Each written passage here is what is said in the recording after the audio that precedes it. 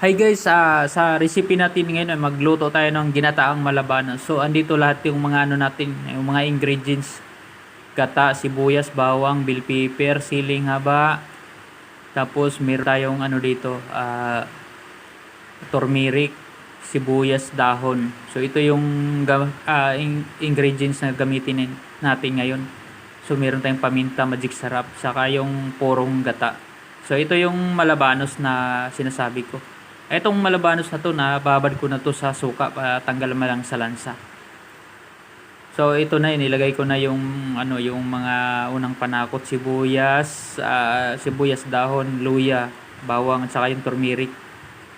So pina patungan ko siya ng ano, ng malabanos para manunuot talaga yung lasa at saka matanggal yung lansa. Kasi ang malabanos kasi pag hindi mo to malinis ng maayos, saka hindi mo maluto ng maayos, medyo malangsa talaga to siya.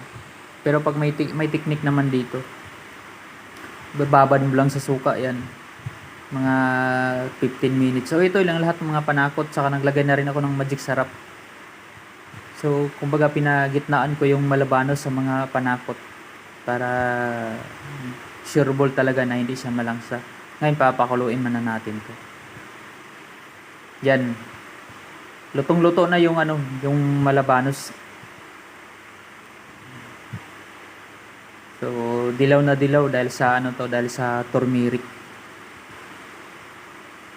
Yan. Ihaluin lang natin, baliktarin lang natin. Malaki yung malabanos na nabili ko. Naglagay na ako ng ano, siling haba at saka bell pepper. Tsaka ilagay ko na rin yung ano, yung purong gata. Yan. So ang nilagay ko to, purong gata talaga.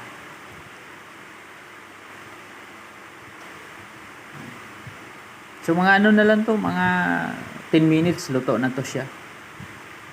So i-try din niyo yung ganitong recipe ganitong recipe sa malabanos. Ang sarap nito. So takpan ko muna to, magantay tayo 10 minutes, luto na to.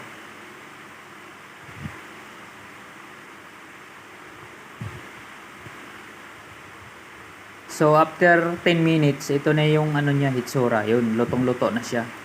Tsaka ang ganda ng kulay niya. Dilaw na dilaw. Dahil sa ano yun, nilagyan ko ng turmeric or luyang dilaw. So, thank you ulit sa panonood. Sana nagustuhan niyo yung recipe na inahanda ko sa inyo ngayon.